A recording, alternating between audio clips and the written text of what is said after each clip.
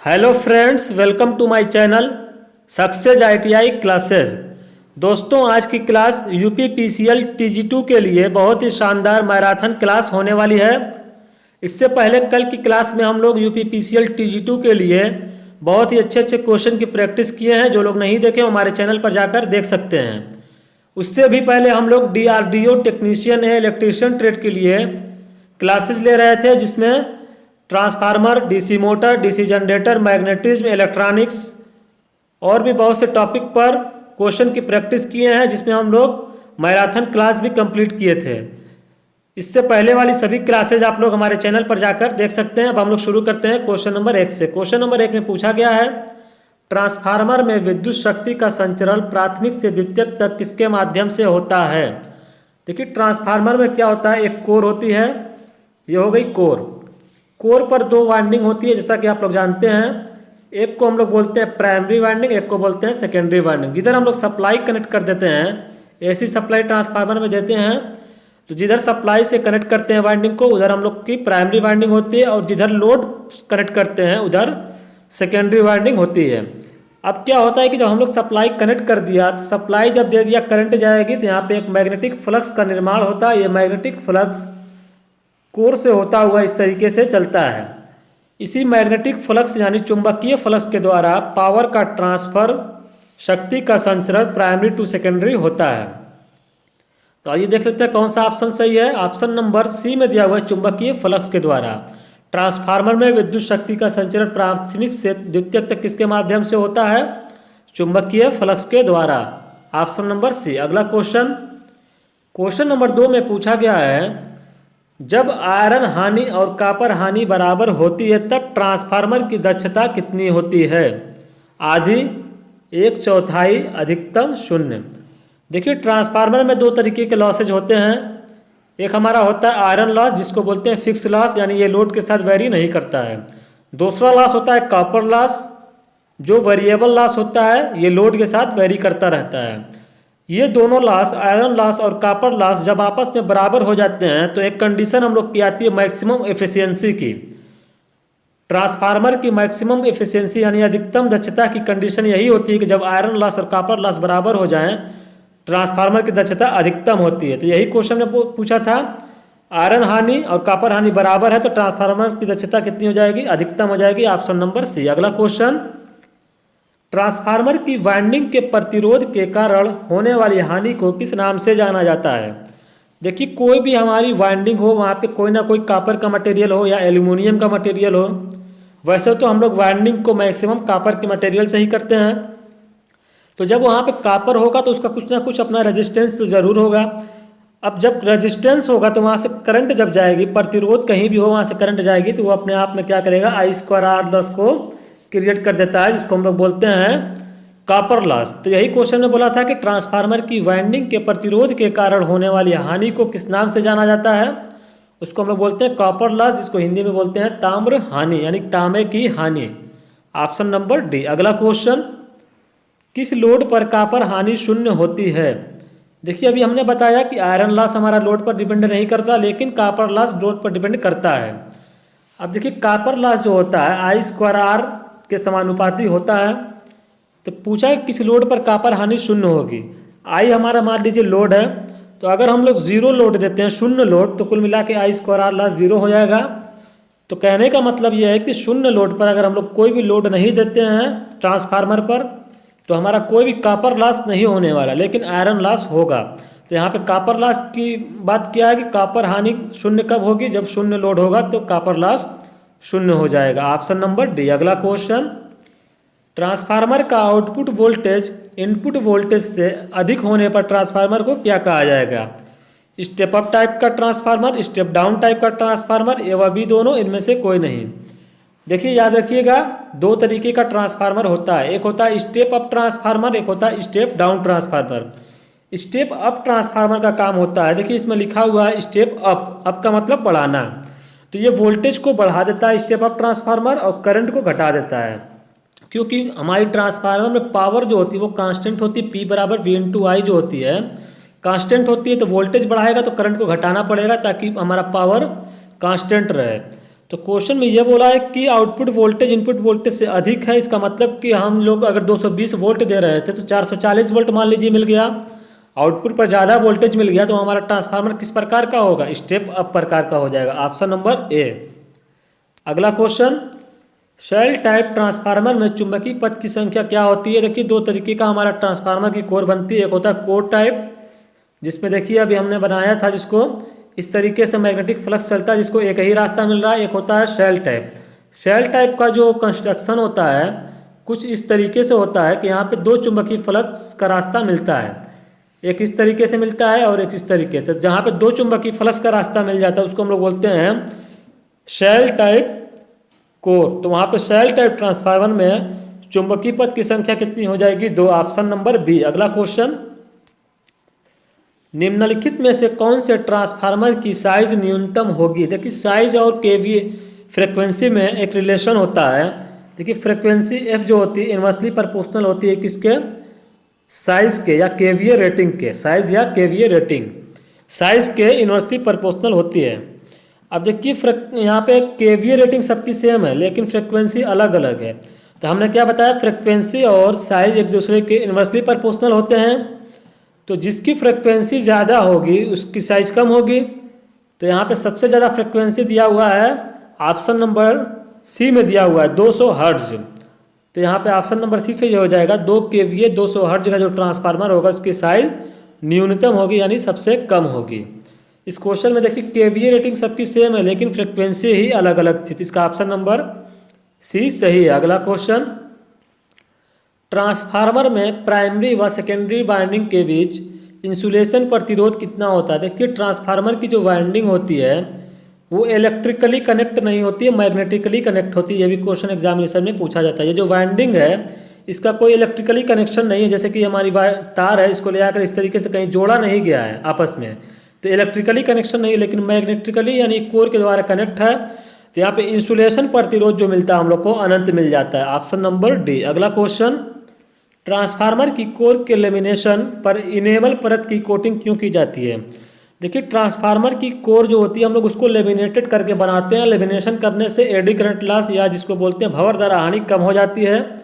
अब बात करते हैं कि जो हम लोग लेमिनेशन करते हैं तो उसके बीच में एनेमल की परत लगा देते हैं। वो क्यों लगाते हैं, गुंजन को कम करने के लिए नहीं, लेमिनेशन को जंग से रोकने के लिए नहीं, शोर कम करने के लिए ये भी नहीं होगा, लेमिनेशन को एक दूसरे से अलग करने के लिए। ऑप्शन नंबर डी सही हो जाएगा। अगला क्वेश्चन, यदि फ्लक्स घनत्व का मान बढ़ाया जाए तो लौह हानि पर क्या प्रभाव होगा। देखिए दो तरीके की हानि आती है लौह हानि के अंतर्गत। लौह हानि को पी आई से दर्शाते हैं। पी आई बराबर होता है P H plus P E. P H होता है हिस्टेरेसिस लॉस, पी होता है एडी करंट लॉस जिसको बोलते हैं भंवर द्वारा हानि। पी एच जो होता है डायरेक्टली प्रोपोर्शनल होता है बी एम के पावर 1.6 और पी ई जो होता है डायरेक्टली प्रोपोर्शनल होता है बी स्क्वायर यानी फ्लक्स डेंसिटी का होल स्क्वायर और फ्लक्स डेंसिटी के पावर 1.6। ये होता है फ्लक्स डेंसिटी का संबंध किससे, आयरन लॉसेस से। तो आयरन लॉस क्या होता है, पी एच और पी ई है। इसका मतलब कि अगर हम लोग फ्लक्स घनत्व का मान बढ़ाएंगे तो देखिए एडी करंट लॉस भी बढ़ेगा और हिस्टेरेसिस लॉस भी बढ़ने वाला है। तो यहाँ पे लौह हानि क्या हो जाएगी, कुल मिलाकर बढ़ जाएगी। अगर हम लोग फ्लक्स घनत्व का मान बढ़ा दें तो एडी करंट लॉस और हिस्टेरेसिस लॉस दोनों बढ़ रहे थे, दोनों मिलाकर होता है लौह हानि या आयरन लॉस। तो यहाँ पे ऑप्शन नंबर बी सही हो जाएगा, दोनों क्या हो जाएगा, लौह हानि बढ़ जाएगी। 11 नंबर क्वेश्चन में पूछा गया ट्रांसफार्मर में लौह हानि को किसके द्वारा मापा जाता है। लौह हानि कौन कौन सी होती है, एडी करंट लॉस और हिस्टेरेसिस लॉस। अब इन दोनों लॉसेस को अगर हम लोग को मेजर करना है, मापना है तो किसके द्वारा मापेंगे, वो होता है low power factor watt meter. इसका ऑप्शन नंबर डी सही हो जाएगा, कम शक्ति कारक वाट मीटर से। अगला क्वेश्चन, ट्रांसफार्मर में फ्लक्स का मान भार के साथ बढ़ता है, भार के साथ घटता है, भार के साथ अपरिवर्तित रहता है, इनमें से कोई नहीं।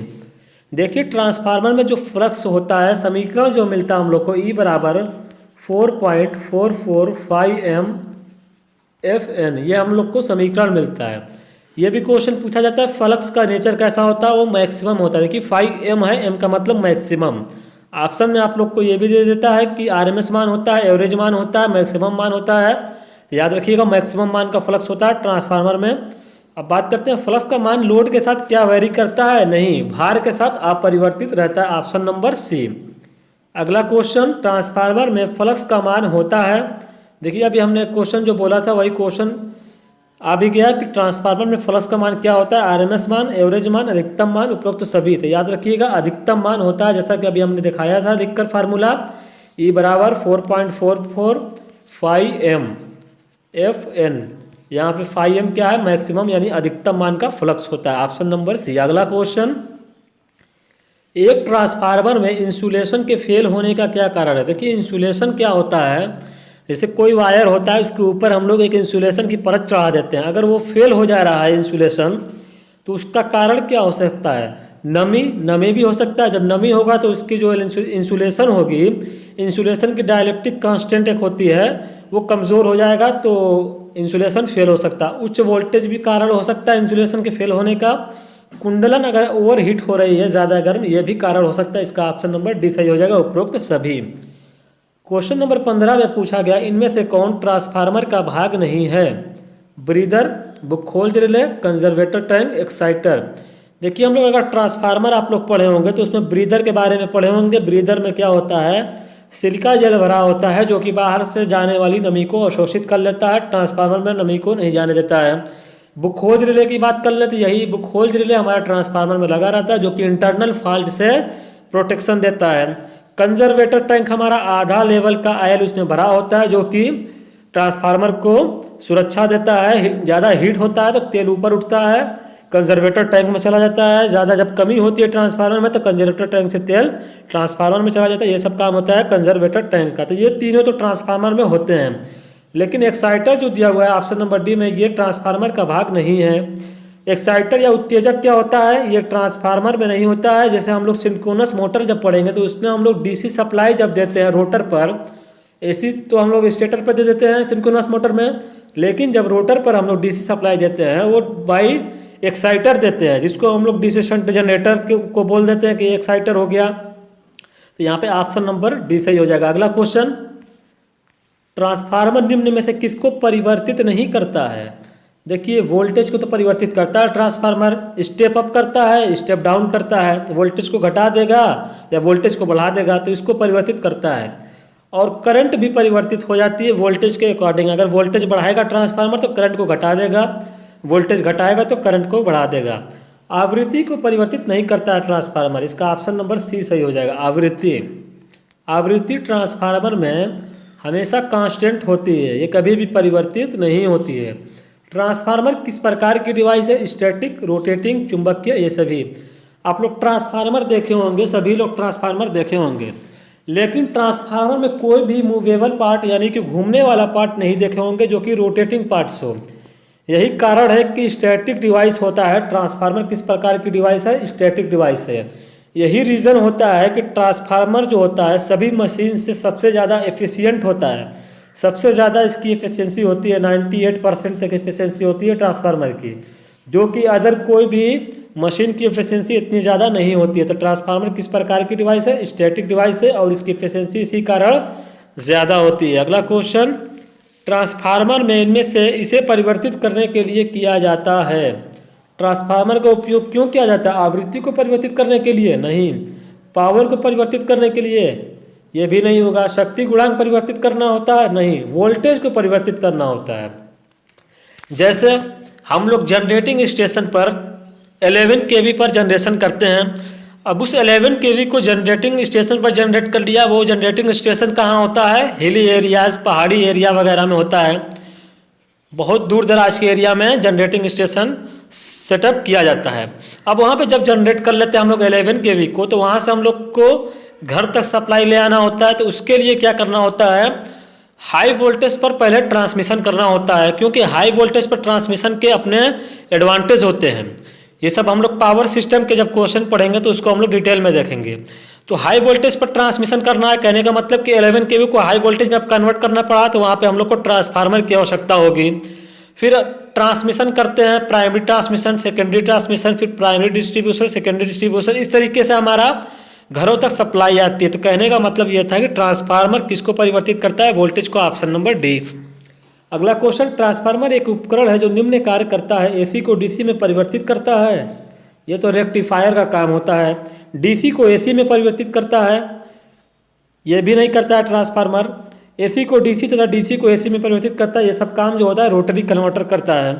अब देखिए ऑप्शन नंबर डी में दिया हुआ है, बिना किसी डायरेक्ट कनेक्शन के एक परिपथ से दूसरे परिपथ में विद्युत ऊर्जा को ट्रांसफर करता है। जैसा कि अभी हम लोग क्वेश्चन नंबर 1 में देख कर आए हैं कि बायोमैग्नेटिक फ्लक्स जो होता है पावर का ट्रांसफर होता है एक सर्किट से दूसरे सर्किट में। ऑप्शन नंबर डी से। अगला क्वेश्चन, एक स्टेप अप ट्रांसफार्मर के प्राइमरी साइड में करंट तथा वोल्टेज का मान क्रमशः 10 एम्पीयर तथा 230 वोल्ट है और सेकेंडरी साइड में धारा का मान 5 एम्पीयर है, तो सेकेंडरी साइड में वोल्टेज का मान क्या होगा।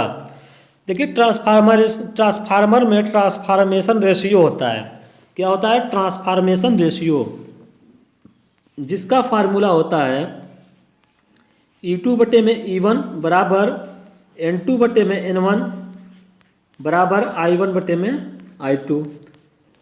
ये फार्मूला होता है ट्रांसफार्मेशन रेशियो का। अब इस पर हम लोग हल करेंगे इस क्वेश्चन को। आइए देखते हैं क्वेश्चन में क्या दिया हुआ है। स्टेप अप ट्रांसफार्मर की प्राइमरी साइड में करंट दिया हुआ है, इसका मतलब है कि I1 का मान दिया हुआ है कितना? 10 एम्पियर। प्राइमरी साइड में करंट दिया हुआ है 10 एम्पियर और प्राइमरी साइड में जो वोल्टेज दिया हुआ है 230 वोल्ट, V1 का मान दिया हुआ है या E1 लिख सकते हैं 230। सेकेंडरी साइड में धारा दिया हुआ है I2 का मान 5 एम्पियर। निकालना क्या है? सेकेंडरी साइड में वोल्टेज E2 या V2 का मान निकालना है। E2 या V2 इसको हम लोग लिख सकते हैं क्वेश्चन मार्क। तो वही फार्मूला लगाइए, E2 बटे में E1 बराबर I1 बटे में I2 हो जाएगा। I1 बटे में I2, तो E2 का मान कितना दिया हुआ है निकालना है। E1 कितना दिया हुआ है? E1 यानी V1 230 बराबर हो जाएगा I1। I1 का मान दिया हुआ है 10, I2 का मान दिया हुआ है 5। यहाँ से हल कर लीजिए, 5 दूना 10, तो 230 का जब 2 में गुणा हो जाएगा इधर जाकर हो जाएगा 460। इसका ऑप्शन नंबर सी सही हो जाएगा, 460 वोल्ट। अगला क्वेश्चन, इनमें से किस मशीन की दक्षता सबसे ज़्यादा होती है? अभी हमने बताया सबसे ज़्यादा एफिशिएंट मशीन कौन सी होती है? ट्रांसफार्मर। क्यों होती है? क्योंकि उसमें कोई रोटेटिंग पार्ट्स नहीं होता है। रोटेटिंग पार्ट्स नहीं होने की वजह से एक लॉसेज होता है, इसको हम लोग बोलते हैं फ्रिक्शन या घर्षण लॉसेज। वो लॉसेज मशीन में नहीं होता है ट्रांसफार्मर में। इसी वजह से ट्रांसफार्मर की एफिशिएंसी सभी मशीन से सबसे ज़्यादा होती है। तो सबसे ज़्यादा मशीन किसकी एफिशिएंसी होती है? ट्रांसफार्मर की। Option number D. अगला क्वेश्चन, ट्रांसफार्मर की दक्षता कितनी होती है? देखिए ट्रांसफार्मर की दक्षता हमने बताया 98% तक होती है, जो कि बहुत ही ज़्यादा है। तो यहाँ पे ऑप्शन नंबर डी सही हो जाएगा, 85% से 95% तक। अगला क्वेश्चन, ट्रांसफार्मर में कौन सी हानि नहीं होती है? Copper loss. कॉपर लॉस तो होगा, वायरिंग होती है ट्रांसफार्मर में, वायरिंग होती है, वहाँ से करंट जाती है, करंट जाएगी तो कॉपर लॉस हो जाता है। हिस्टेरेसिस हानि ये भी होती है ट्रांसफार्मर की कोर में। भंवरधारा हानि भी होती है ट्रांसफार्मर की कोर में। रोटेटिंग लॉस ट्रांसफार्मर में नहीं होता, क्योंकि उसमें कोई रोटेटिंग भाग होता ही नहीं है, तो रोटेटिंग लॉस कहाँ से होगा? तो इसका ऑप्शन नंबर डी सही हो जाएगा। 24वां क्वेश्चन है कि इनमें से कौन सी हानि लोड के साथ बदलती रहती है? अभी हमने बताया ट्रांसफार्मर में 2 हानि होती है, एक होता है आयरन लॉस, एक होता है कॉपर लॉस। आयरन लॉस जो होता है वो होता है हिस्टेरेसिस लॉस, और कॉपर हिस्टेरेसिस लॉस और एडी करंट लॉस से मिलकर बना होता है, जो कि फिक्स लॉस होता है, ये वेरी नहीं करता है लोड के साथ। कॉपर लॉस लोड के साथ बदलता रहता है। तो कौन सी हानि लोड के साथ बदलती है? वो होती है कॉपर हानि। Option number C. अगला क्वेश्चन, इनमें से कौन सी हानि लोड के साथ नहीं बदलती है? अभी हमने बताया आयरन हानि नहीं बदलती है। आयरन हानि में कौन कौन सी हानि आ गई? कौन सी हानि लोड के साथ नहीं बदलती है? देखिए हिस्टेरेसिस हानि और भंवरधारा हानि, ये दोनों हानि तो आयरन लॉस में आती है, जो कि लोड के साथ नहीं बदलेगी। ये तो कॉपर हानि बदलती है। ऑप्शन नंबर डी में दिया हुआ इनमें से कोई नहीं, तो यहाँ पे ऑप्शन नंबर डी को बना लीजिए, ए व बी दोनों। ए व बी दोनों लिखने में, ऑप्शन लिखने में गलती हो गई है। यहाँ पे ऑप्शन नंबर डी को बना लीजिए, ए व बी दोनों, क्योंकि देखिए ए व बी दोनों क्या है? आयरन लॉस है, और आयरन लॉस लोड के साथ नहीं बदलता है, तो ए व बी दोनों हो जाएगा। Option number D. अगला क्वेश्चन, एक ट्रांसफार्मर में प्राइमरी साइड में वोल्टेज दिया हुआ है 220 वोल्ट और धारा 20 एम्पियर है। प्राइमरी साइड में वोल्टेज दिया हुआ है, इसका मतलब E1 का मान दिया हुआ है 220 वोल्ट और धारा I1 का मान दिया हुआ है प्राइमरी साइड में कितना? 20 एम्पियर। सेकेंडरी साइड में वोल्टेज दिया हुआ है, सेकेंडरी साइड में वोल्टेज दिया हुआ है E2 बराबर 110 वोल्ट और धारा दिया हुआ है 40 एम्पियर, I2 बराबर 40 एम्पियर। अब बताना है कौन सा ट्रांसफार्मर है। अभी हम स्टेप अप ट्रांसफार्मर और स्टेप डाउन ट्रांसफार्मर की बात कर रहे थे। हमने बताया था कि जो ट्रांसफार्मर वोल्टेज को अप करता है यानी बढ़ा देता है उसको हम लोग स्टेप अप ट्रांसफार्मर कहते हैं, और जो ट्रांसफार्मर वोल्टेज को घटा देता है उसको स्टेप डाउन ट्रांसफार्मर कहते हैं। अब देखिए प्राइमरी पे कितना वोल्टेज अप्लाई किया गया था, 220 वोल्ट का, मिला कितना 110 वोल्ट का। इसका मतलब कि वोल्टेज घट गया, आधा हो गया, घट गया। जब घट गया तो ट्रांसफार्मर कौन सा प्रकार हो जाएगा, स्टेप डाउन टाइप का, ऑप्शन नंबर बी। अच्छा यहाँ पे एक चीज़ और देख लीजिए, ट्रांसफार्मर जब वोल्टेज को घटा रहा है तो करंट को बढ़ाएगा। यहाँ पे देखिए प्राइमरी में 20 एम्पियर की करंट थी जिसको बढ़ा करके 40 एम्पियर कर दिया स्टेप डाउन ट्रांसफार्मर, तो यहाँ पे पावर हमारी कांस्टेंट रहती है। तो step down transformer option number B. अगला क्वेश्चन, ट्रांसफार्मर किसके सिद्धांत पर काम करता है। देखिए अभी जो वो हुआ है एग्जाम DRDO का, DRDO के पेपर में ये क्वेश्चन पूछा गया था। हमने DRDO के लिए बहुत सी क्लासेस ली हैं अपने चैनल पर, आप लोग उस क्लासेस को जरूर देख लीजिएगा, क्योंकि DRDO में जो क्वेश्चन पूछे गए हैं हमारी क्लासेस से बहुत ज़्यादा क्वेश्चन डायरेक्ट पूछ लिए गए हैं। वो क्लासेस जो है बेसिक जो आप लोग का होता है, टेक्निकल का बेसिक जिसको बोलते हैं, ऐसा नहीं कि उसमें सिर्फ बेसिक क्वेश्चन ही मिलेंगे, आपको अच्छे अच्छे क्वेश्चन भी हैं। लेकिन UPPCL और DRDO में थोड़ा सा अंतर होता है एग्जामिनेशन के लेवल में, तो उस हिसाब से DRDO की जो क्लासेज हैं उससे आप लोग का बेसिक तो एकदम क्लियर हो जाएगा, प्लस में कुछ और भी एक्स्ट्रा कॉन्सेप्ट भी हमने बताया जो कि क्लियर हो जाएगा।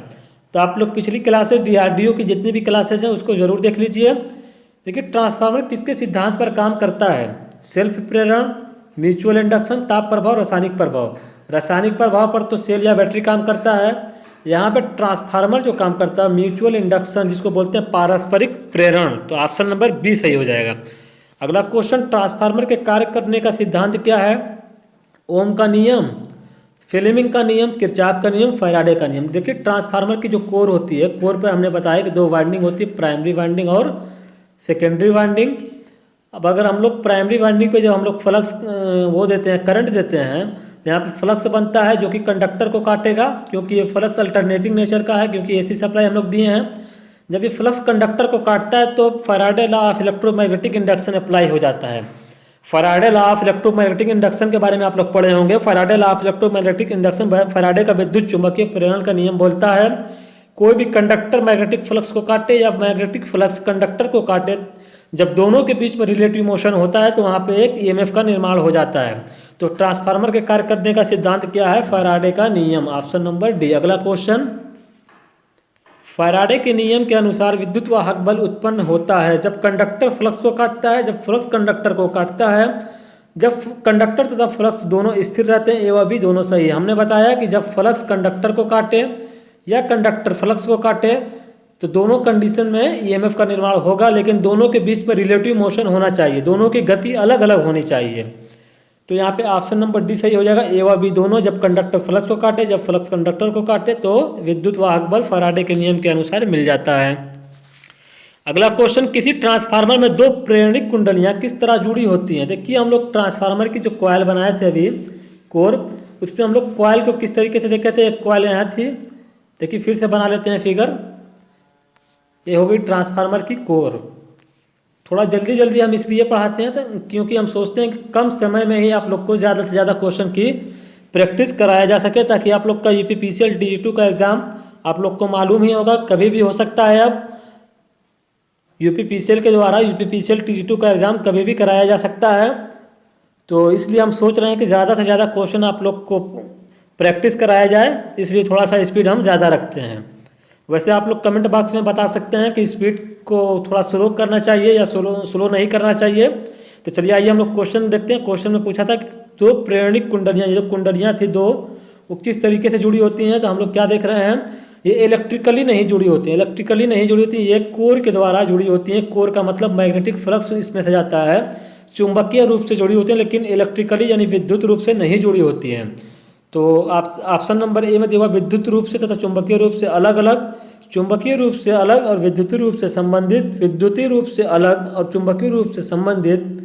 तो इसका ऑप्शन नंबर सी से हो जाएगा कि विद्युतीय रूप से तो अलग होती है, इलेक्ट्रिकली अलग, और चुंबकीय रूप यानी मैग्नेटिकली कनेक्ट होती है, ऑप्शन नंबर सी। अगला question, three phase star star connection में फेज डिस्प्लेसमेंट कितना होता है? देखिए कौन सा कनेक्शन है, स्टार स्टार कनेक्शन है। स्टार स्टार कनेक्शन में जो फेज डिस्प्लेसमेंट होता है वो होता है 90 डिग्री का। ऑप्शन नंबर डी सही हो जाएगा। अगला क्वेश्चन, ट्रांसफार्मर में कौन सा रिले प्रयोग किया जाता है? अभी हमने बताया था कि ट्रांसफार्मर में हमारा जो रिले यूज होता है उसको बोलते हैं बुखोल्ज रिले। रिएक्टेंस रिले क्या होता है? शॉर्ट ट्रांसमिशन लाइन में यूज होता है। प्रतिबाधा रिले मीडियम ट्रांसमिशन लाइन में यूज होता है। और एक होता है हमारा मो रिले जिसको हम लोग लॉन्ग ट्रांसमिशन लाइन में यूज करते हैं। इसमें ऑप्शन नंबर सी सही हो जाएगा। बुखोल्ज रिले ट्रांसफार्मर में यूज होता है। 33 नंबर क्वेश्चन, बुखोल्ज रिले किस प्रकार का होता है? विद्युत चुंबकीय relay, electronic relay, electrical relay, gas संचालित रिले। इसका ऑप्शन नंबर डी सही हो जाएगा, गैस संचालित रिले। ये गैस पर ऑपरेटेड होता है relay, Buchholz relay. Option number D. Transformer में बुखोल्ज रिले का क्या काम होता है? फ्लक्स उत्पन्न करना, वोल्टेज उत्पन्न करना, गैस निकालना और सर्किट ब्रेकर को ट्रिप करना, उपरोक्त सभी। देखिए फ्लक्स उत्पन्न करने का काम तो करंट का होता है, करंट जहाँ होगी वहाँ फ्लक्स होता है। वोल्टेज उत्पन्न करना भी काम बुखोल्ज रिले का नहीं है। इसका ऑप्शन नंबर सी सही हो जाएगा, गैस को निकालता है और सर्किट ब्रेकर को ट्रिप कर देता है। यही काम होता है बुखोल्ज रिले का। जब ओवरलोड होता है तो गैस निकालता है ट्रांसफार्मर में से और सर्किट ब्रेकर को ट्रिप कर देता है। Option number C. अगला क्वेश्चन, क्वेश्चन नंबर 35, ट्रांसफार्मर तेल का न्यूनतम फ्लैश पॉइंट कितना होता है? देखिए फ्लैश पॉइंट क्या होता है, जैसे ट्रांसफार्मर है तो एक उसके तेल की अपना एक फ्लैश पॉइंट होता है कि इतना टेम्परेचर तक अच्छे से वर्क करेगा ट्रांसफार्मर का ऑयल। इसके बाद जो है ट्रांसफार्मर का ऑयल जल सकता है, प्रज्वलित हो सकता है, वो होता है फ्लैश पॉइंट। तो फ्लैश पॉइंट जो ट्रांसफार्मर तेल का होता है वो 140 डिग्री सेल्सियस होता है। Option number B. अगला क्वेश्चन, एक ट्रांसफार्मर की द्वितीयक कॉइल पर तार के घुमाव की संख्या में वृद्धि करने पर क्या होगा? देखिए द्वितीयक धारा में वृद्धि, प्राइमरी धारा में वृद्धि, द्वितीयक धारा में कमी, द्वितीयक धारा में कोई प्रभाव नहीं होगा। यानी धारा पे प्रभाव बताना है और क्या कर रहा है, द्वितीयक कॉइल पर घुमाव की संख्या में वृद्धि कर रहा है। तो आइए देखते हैं क्या हो जाएगा। एक फार्मूला होता है ट्रांसफार्मर में, E बराबर 4.44 φm/Fn। अब देखिए क्या वृद्धि कर रहा है, द्वितीयक साइड पर कॉइल की टर्न में वृद्धि, नंबर ऑफ टर्न n होता है तो E क्या होता है, डायरेक्टली प्रोपोर्शनल होता है n के। तो टर्न में वृद्धि कर रहा है सेकेंडरी पर, घुमाव की संख्या में n में वृद्धि, तो E में वृद्धि हो जाएगी क्योंकि डायरेक्टली प्रोपोर्शनल है। जब E बढ़ गया, वोल्टेज जहाँ पे बढ़ जाता है तो वहाँ पे करंट कम हो जाती है ट्रांसफार्मर में, अभी हमने बताया था। तो वोल्टेज बढ़ गया सेकेंडरी पर, जब सेकेंडरी पे वोल्टेज बढ़ गया सेकेंडरी पे करंट का मान कम हो जाएगा। तो ऑप्शन किस में दिया हुआ, इसमें द्वितीयक धारा में कमी हो, ऑप्शन नंबर सी में दिया हुआ है। इसका ऑप्शन नंबर सी सही हो जाएगा। अगला क्वेश्चन, ट्रांसफार्मर की रेटिंग किस में होती है? ट्रांसफार्मर की रेटिंग केवीए में होती है। किस में होती है? केवीए। केवीए का मतलब होता है किलो वोल्ट एम्पियर। क्योंकि ट्रांसफार्मर में पावर फैक्टर ज्ञात नहीं होता है, इसलिए इसमें वोल्टेज और धारा का मान ही ज्ञात होता है, इसलिए इसकी रेटिंग केवीए में होती है। 38 नंबर क्वेश्चन में पूछा गया है, ट्रांसफार्मर में प्राइमरी और सेकेंडरी वाइंडिंग के बीच इंसुलेशन प्रतिरोध कितना होता है? अभी ये क्वेश्चन हम लोग देखे थे, ये रिपीट हो गया क्वेश्चन, तो हम लोग क्या देखे थे, अनंत होता है। Option number B. अगला क्वेश्चन, एक ट्रांसफार्मर में उत्पन्न होने वाला ईएमएफ किस पर निर्भर नहीं करता है? अभी हम लोग एक फार्मूला देखे थे, E बराबर 4.44 φm/Fn। यहाँ पे देखिए F क्या है, आवृत्ति, N है नंबर ऑफ टर्न, φm हो गया मैक्सिमम फ्लक्स घनत्व, 4.44 कांस्टेंट है, E ईएमएफ होता है। अब ईएमएफ किस पर निर्भर नहीं करता? टर्न की संख्या पर तो निर्भर कर रहा है, आवृत्ति पर भी निर्भर कर रहा है, फ्लक्स पर भी निर्भर कर रहा है, फाई पर। तो यहाँ पे ऑप्शन नंबर डी सही हो जाएगा। इनमें से कोई नहीं, यानी इसमें से कोई ऐसा ऑप्शन नहीं मिला जिस पर ईएमएफ निर्भर नहीं करता। Option number D. अगला क्वेश्चन, ट्रांसफार्मर में उत्पन्न ईएमएफ को फ्लक्स का मान क्या होता है? ट्रांसफार्मर में जो फ्लक्स मिलता है E बराबर 4.44 φm/Fn। तो यहाँ पे फ्लक्स जो होता है φm होता है, m का मतलब मैक्सिमम, तो फ्लक्स का मान क्या होता है ट्रांसफार्मर में? मैक्सिमम यानी अधिकतम होता है। Option number C. अगला क्वेश्चन, एक ट्रांसफार्मर के द्वितीयक के फेरों को दोगुना कर दिया जाए और प्राइमरी के वोल्टेज को आधा कर दिया जाए तो द्वितीयक वोल्टेजता क्या होगी? आइए देखते हैं, ट्रांसफार्मर के द्वितीयक के फेरों को दोगुना कर दिया जाए और प्राइमरी के वोल्टेज को आधा कर दिया जाए तो द्वितीयक वोल्टेजता क्या होगी। देखिए एक फार्मूला होता है E2 बटे में E1 बराबर N2 बटे में N1। अब द्वितीयक वोल्टेजता को पूछा है E2 को क्या होगा कब, कुछ कंडीशन है उसको हम लोग देख लेते हैं अप्लाई करके। E2 बराबर हो जाएगा E1 N2 बटे में, ये N2 है, N2 बटा ये N1 है, N2 बटा N1। अब आइए देखते हैं कंडीशन क्या दिया है कि द्वितीयक के फेरों को दोगुना, यानी कि इसको दोगुना कर देता है 2N2 हो जाएगा। तो यहाँ पे देख लेते हैं ये E1 हो जाएगा और ये 2N2 हो जाएगा। द्वितीयक के फेरों को दोगुना कर दिया जाए और प्राइमरी के वोल्टेज को आधा कर दिया जाए, E1 को आधा कर दिया जाए तो E1 के बटे में 2 हो जाएगा, E1/2 ये हो जाएगा N1। तो देखिए यहाँ 2 से 2 कैंसिल हो गया, फिर हम लोग को वही मिल गया E1 N2 बटे में N1 था, E1 N2 बटे में N1 फिर मिल गया, सेम फार्मूला मिल गया। इसका मतलब कि कोई भी परिवर्तन नहीं हो रहा है। तो यहाँ पे ऑप्शन नंबर डी से जो है कोई भी परिवर्तन नहीं होगा। अगला क्वेश्चन, एक ट्रांसफार्मर की आधे भार पर ताम्र हानि पूरे भार पर ताम्र हानि की तुलना में 2 गुना होती है, 4 गुना होती है, 1/4 गुना होती है, आप परिवर्तित रहेगी बताना हम लोग को। देखिए ट्रांसफार्मर की जो कॉपर हानि होती है, ताम्र हानि, वो लोड पर डिपेंड करती है, वो एक I² के रूप में डिपेंड करती है। अब देखिए ट्रांसफार्मर के आधे भार पर ताम्र हानि क्या होगी पूरे भार पर ताम्र हानि की तुलना में। देखिए लोड को जब आधा करेंगे I बराबर रख दीजिए, लोड I होता है 1/2 होल स्क्वायर R, तो R/4 मिलेगा, 1/2 I हो जाएगा, तो यहाँ पे मिल जाएगा I² R/4। कहने का मतलब है कि ट्रांसफार्मर की जो हानि हो जाएगी आधे लोड पर पूरे हानि की तुलना में 1/4 1/4 हो जाएगी, ऑप्शन नंबर सी। अगला क्वेश्चन, ट्रांसफार्मर में जितना ज़्यादा लोड होगा उतना ज़्यादा कॉपर लॉस होता है। एक ट्रांसफार्मर में पूरे भार पर ताम्र हानि 6400 वाट है, आधे भार पर ताम्र हानि क्या होगी। 6400 वाट किस पर है, फुल लोड पर। लोड को कितना कर रहा है, आधा। अभी हमने बताया आधा करेंगे तो 1/2 का होल स्क्वायर कर देंगे आधा, तो यहाँ पे देखिए 6400 बटे में यह आ जाएगा 4, तो यहाँ पे आप लोग हल करेंगे तो आ जाएगा 1600 वाट, ऑप्शन नंबर बी। अगला क्वेश्चन, एक ट्रांसफार्मर की पूरे भार पर आयरन लॉस 8400 वाट है, तो आधे भार पर आयरन लॉस क्या होगा। देखिए हमने बताया कि कॉपर लॉस तो लोड के साथ वेरी हो जाता है, लेकिन आयरन लॉस जिसके अंतर्गत 2 लॉस आते हैं, हिस्टैरिसीस लॉस और एडी करंट लॉस, ये दोनों जो लॉस होते हैं आयरन लॉस लोड के साथ नहीं बदलता। तो आयरन लॉस 8400 वाट है फुल लोड पर, तो आधे भार पर भी तो आयरन लॉस उतना ही होगा, तो इसका ऑप्शन नंबर डी सही हो जाएगा 8400 वाट। अगला क्वेश्चन 45 नंबर क्वेश्चन में पूछा गया है 200 वोल्ट का इनपुट वोल्टेज और 800 वोल्ट का आउटपुट वोल्टेज के लिए ट्रांसफार्मर के लिए प्राइमरी से सेकेंडरी वाइंडिंग के टर्न का अनुपात क्या होगा। देखिए एक फार्मूला अभी हम लोग लिखे थे E2 बटे में E1 जो कि ट्रांसफॉर्मेशन रेशियो से मिलता है, बराबर N2 बटे में N1।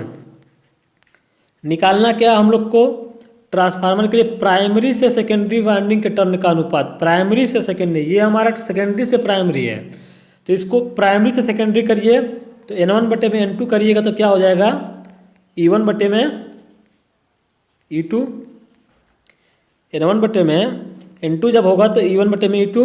अब प्राइमरी पे वोल्टेज क्या है 200, सेकेंडरी पे वोल्टेज क्या है 800, तो यहाँ पे देखिए 2 0 से 2 0 कैंसिल, 2 चौक को 8, यहाँ पे बचेगा 1/4। तो प्राइमरी से सेकेंडरी टर्न का रेशियो क्या मिल गया, 1/4 यानी 1:4। इसका ऑप्शन नंबर डी सही हो जाएगा। अगला क्वेश्चन, यदि करंट ट्रांसफार्मर की रेटिंग 100 एम्पियर बटे में 5 एम्पियर हो तो गुणन घटक का मान मल्टीप्लिकेशन फैक्टर क्या होगा। देखिए मल्टीप्लिकेशन फैक्टर के बराबर होता है IP बटे में IS। इसका मतलब होता है प्राइमरी करंट बटे में सेकेंडरी करंट। तो प्राइमरी करंट क्या है 100, सेकेंडरी करंट क्या है 5, तो 5 दूना 10, यहाँ पे मिल जाएगा 20। मल्टीप्लिकेशन फैक्टर गुणन घटक का मान हो जाएगा 20, ऑप्शन नंबर बी। अगला क्वेश्चन, एक 25 kVA का सिंगल फेज का ट्रांसफार्मर है, उसके प्राइमरी पर 250 टन है, द्वितीयक पर सेकेंडरी पर 40 टन है। प्राइमरी को 1500 वोल्ट 50 हर्ट्ज की ऐसी सप्लाई पर कनेक्ट किया जाता है, तो द्वितीयक पर वोल्टेज और धारा का मान क्या होगा। देखिए क्वेश्चन में दिया क्या क्या है, हम लोग को क्वेश्चन में दिया हुआ है 25 kVA रेटिंग दे दिया हुआ है, 25 kVA की रेटिंग दिया हुआ है ट्रांसफार्मर की। प्राइमरी पर 250 टन है, तो प्राइमरी पर टन जो दिया हुआ है N1 का मान 250 टन, द्वितीयक पर N2 का मान दिया हुआ है कितना 40 टन। प्राइमरी पे सप्लाई दिया हुआ है E1 बराबर 1500 और 50 हर्ट्ज की ऐसी सप्लाई जो कि हमारे इंडिया में स्टैंडर्ड फ्रिक्वेंसी जो होती है 50 हर्ट्ज ही होती है, और डीसी की जो फ्रिक्वेंसी होती है वो 0 हर्ट्ज होती है। तो यहाँ पे 50 हर्ट्ज की ऐसी सप्लाई पर कनेक्ट किया जाता है द्वितीयक पर वोल्टेज और धारा, यानी कि हम लोग को द्वितीयक पर वोल्टेज E2 निकालना है और धारा द्वितीयक पर I2 निकालना है। अब आइए देखते हैं कैसे निकलेगी। देखिए N2 दिया है, E1 दिया है, N1 दिया है, तो E2 हम लोग निकाल सकते हैं E2 बटे में E1 से। E2 बटे में E1 बराबर N2 बटे में N1, इसको लगाइए E2 का मान मिलेगा। E2 का मान कितना मिल जाएगा, E2 बटे में E1 का मान दिया हुआ है 1500। अब यहाँ पे N2 का मान कितना है, N2 का मान दिया हुआ है 40 और N1 का मान दिया हुआ है, N1 का मान क्या दिया हुआ है, ये 250। इसको हल करिए, 0 से 0 कैंसिल, 0 से 0 कैंसिल हो जाएगा। इसको जब आप लोग हल करेंगे तो ये 25 से इसको डिवाइड करिए तो हो जाएगा 25 छक्का 150, यहाँ पे मिलेगा 0। E2 का मान इधर जब मल्टीप्लाई करेंगे 6 चौक को 24, 240 वोल्ट मिल जाएगा। E2 का मान क्या मिल गया, 240 वोल्ट। अब हम लोग को तो E2 का मान मिल गया, अब क्या निकालना है, धारा का मान निकालना था सेकेंडरी पर। देखिए I2 का मान क्या हो जाएगा, KVA रेटिंग जो दी हुई है वो प्राइमरी पर भी होगी और सेकेंडरी पर भी होगी, जो कि किलो वोल्ट एम्पियर में दी गई है। तो यहाँ से हम लोग को धारा निकालना है, तो द्वितीयक पर जो 240 वोल्ट मिला है तो इसको हम लोग वोल्ट किलो वोल्ट को वोल्ट एम्पियर में पहले कन्वर्ट करेंगे 10 की पावर 3 में से मल्टीप्लाई करके, क्योंकि वोल्ट में जब कन्वर्ट हो जाएगा तो ये 240 वोल्ट हो जाएगा सेकेंडरी पर। इससे हम लोग डिवाइड करेंगे तो वोल्ट से वोल्ट कैंसिल होगा तो एम्पियर में करंट मिल जाएगी। अब इसको हल करिए, KVA रेटिंग क्या दिया हुआ है, यहाँ हल करते हैं 25 KVA है तो 25 गुणित 10 की पावर 3 बटे में 240, ये हो जाएगा। अब इसको हल करना है तो आइए हल कर लेते हैं। देखिए 25 गुणित 1000, 10 के पावर 3 का मतलब 1000 बटे में 240, तो ये 0 से 0 कैंसिल कर लीजिए। 0 से 0 जब कैंसिल हो जाएगा तो ऊपर बचेगा 25 गुणित 100 बटे में 24, 25 गुणित 100 बटे में 24। इसको जब आप लोग हल करेंगे तो आप लोग को फाइनल आंसर मिल जाएगा, वोल्टेज 240 वोल्ट और करंट का मान मिलेगा 104 एम्पियर। इसका ऑप्शन नंबर सी सही हो जाएगा। अगला क्वेश्चन, एक ट्रांसफार्मर के प्राइमरी वाइंडिंग में 40 टर्न, सेकेंडरी वाइंडिंग में 60 टर्न है। यदि ट्रांसफार्मर को प्राइमरी पर 230 वोल्ट की डीसी सप्लाई दिया जाए तो सेकेंडरी पर उत्पन्न वोल्टेज क्या होगा। देखिए क्वेश्चन एग्जामिनेशन में जब इस तरीके के आते हैं तो बहुत से लोग क्या करते हैं, उसको गौर से पढ़ते नहीं कि सप्लाई कौन सी है, AC है कि DC है।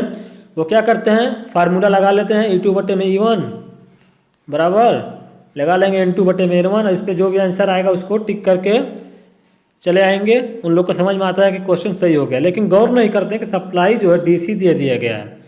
और हम लोग जानते हैं कि ट्रांसफार्मर हमेशा AC सप्लाई पर वर्क करता है, DC सप्लाई पर वर्क नहीं करता। अगर DC दे देंगे तो प्राइमरी वाइंडिंग जल जाएगी, सेकेंडरी पर कोई वोल्टेज नहीं बनेगा। तो यहाँ पर सेकेंडरी पर कितना वोल्टेज बनेगा, 0 वोल्ट, क्योंकि DC सप्लाई दे दिया गया है।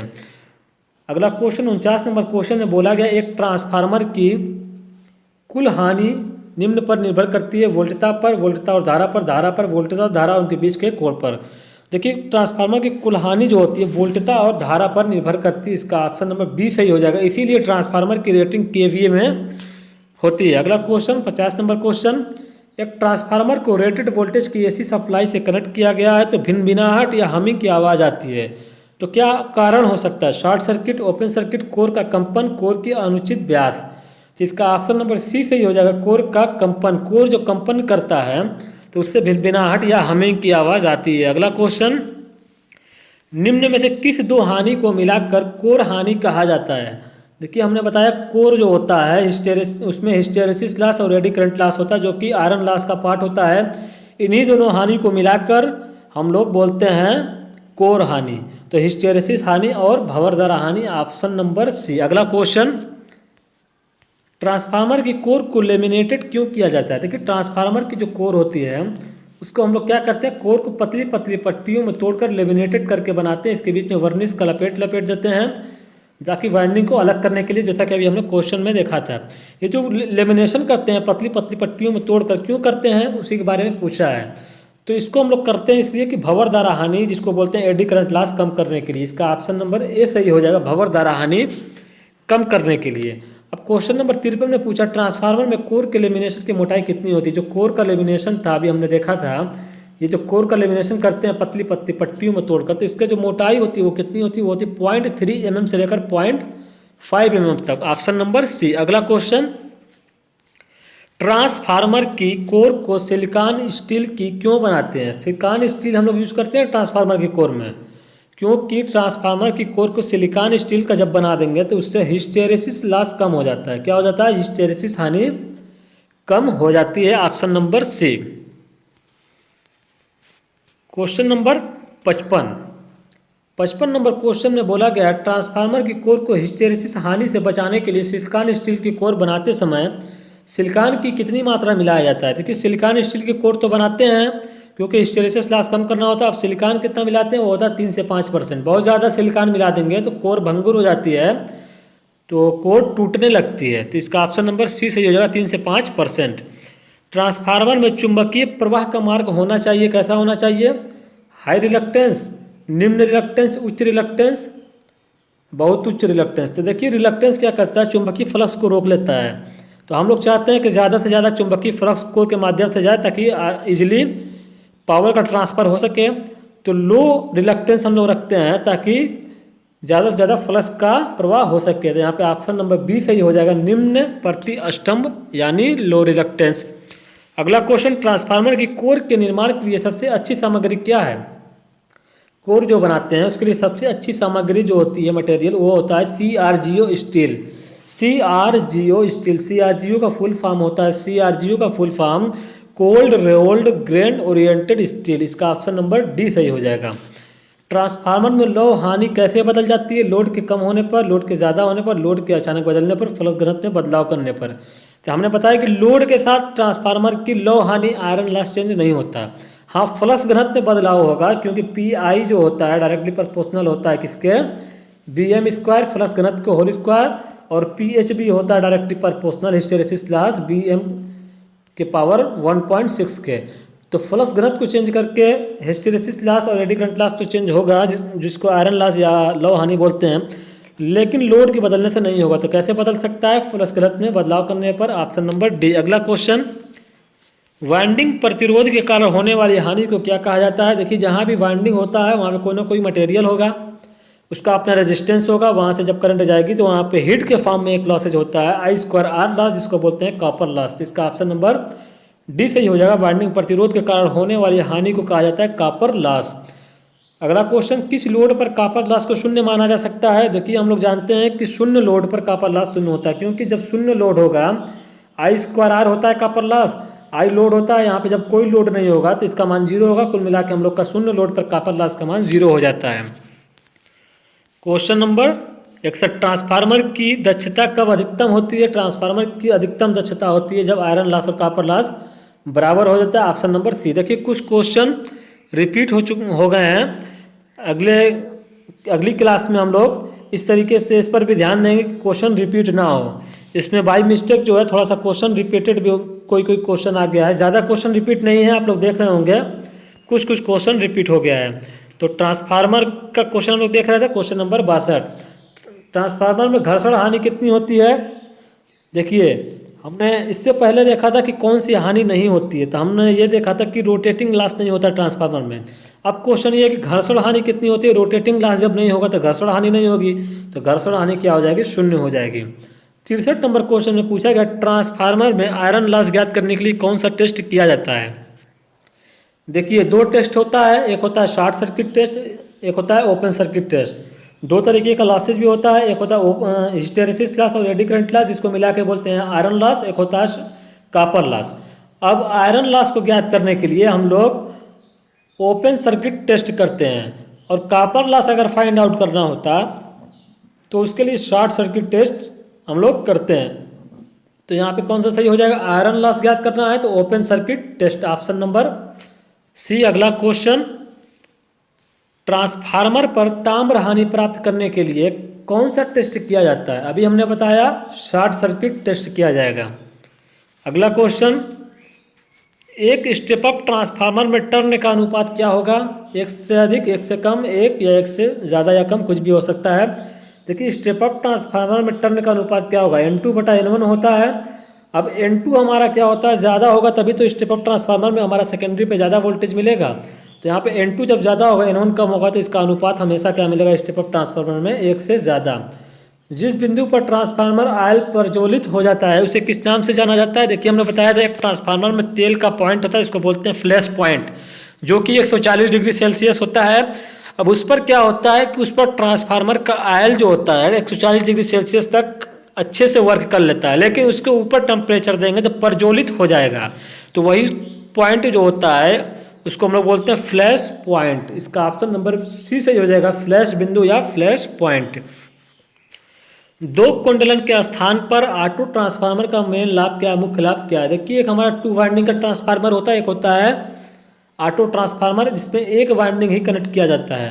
तो ऑटो ट्रांसफार्मर में जो एक वाइंडिंग कनेक्ट कर रहे हैं तो जाहिर सी बात है जब 2 वाइंडिंग है जहाँ पर तो ज़्यादा कॉपर मटेरियल लगेगा, लेकिन एक ही वाइंडिंग जब कर देंगे प्राइमरी और सेकेंडरी दोनों इसी से बना लेंगे टैपिंग कर कर, तो वहाँ पे वाइंडिंग का मटेरियल कम हो गया, यानी ताम्र की बचत हो जाती है। Option number D. अगला क्वेश्चन, एक शक्ति ट्रांसफार्मर में शून्य भार से पूर्ण भार तक वोल्टेज का अंतर क्या कहलाता है? देखिए फुल लोड, नो लोड से लेकर फुल लोड तक जो वोल्टेज में वेरिएशन होता है उसको हम लोग बोलते हैं वोल्टेज रेगुलेशन, या बोलते हैं वोल्टेज रेगुलेशन, हिंदी में बोलेंगे वोल्टेज नियमन। Option number D. अगला क्वेश्चन, ऑटो ट्रांसफार्मर का नुकसान क्या है? ऑटो ट्रांसफार्मर का कुछ नुकसान भी होता है। अधिक हानि नहीं, अधिक हानि तो नहीं होगी, एक ही वाइंडिंग होती है तो हानि तो कम हो जाएगी, कॉपर लॉस भी कम हो जाएगा। वजन में भारी भी नहीं होगा, क्योंकि जब एक ही वाइंडिंग है तो 2 वाइंडिंग ट्रांसफार्मर से तो हल्का ही होगा, ये भी नुकसान नहीं होगा। खराब वोल्टता नियमन, ये भी नहीं होगा। सेकेंडरी वाइंडिंग को अलग नहीं कर सकता, यही ऑप्शन सही है कि सेकेंडरी वाइंडिंग ऑटो ट्रांसफार्मर में अलग नहीं होती है, इसका डिसएडवांटेज है। तो अगला क्वेश्चन और आज का लास्ट क्वेश्चन है, तो क्वेश्चन है कि एक स्टेप डाउन ट्रांसफार्मर में टर्न का अनुपात क्या होता है? देखिए स्टेप डाउन ट्रांसफार्मर में क्या होगा टर्न का अनुपात बताना है। N2/N1 टर्न रेशियो होता है। अब सेकेंडरी का जो टर्न्स है N2 है, सेकेंडरी पे हम लोग को वोल्टेज क्या मिलता है? कम मिलता है। स्टेप डाउन ट्रांसफार्मर में वोल्टेज कम है तो इसका मतलब कि E डायरेक्टली प्रोपोर्शनल N के होता है। वोल्टेज कम का मतलब टर्न कम, यानी कि सेकेंडरी पे टर्न कम और प्राइमरी पे ज़्यादा। तो जब ऊपर की वैल्यू कम हो गई और नीचे की ज़्यादा, मान लीजिए ऊपर की वैल्यू क्या है 50 है, नीचे की 100 है, तो यहाँ पे क्या मिलेगा मान? 1 से कम ही मिलेगा। तो स्टेप डाउन ट्रांसफार्मर में टर्न का अनुपात क्या होता है? 1 से कम होता है। Option number B. अगला क्वेश्चन, देखिए ये क्वेश्चन आप लोग के लिए है, इसका आंसर आप लोग कमेंट बॉक्स में जरूर बताइएगा। क्वेश्चन ये है आप लोग से कि किसी ट्रांसफार्मर की फुल लोड पर कॉपर हानि 6400 वाट हो तो 1/4 लोड कर दें, यानी 1/4 लोड कर दें। लोड को क्या कर दे रहे हैं? 1/4, 1/4, तो कॉपर हानि कितनी होगी? 400 वाट, 800 वाट, 1600 वाट, 3200 वाट। इसका आंसर आप लोग कमेंट बॉक्स में बताइएगा।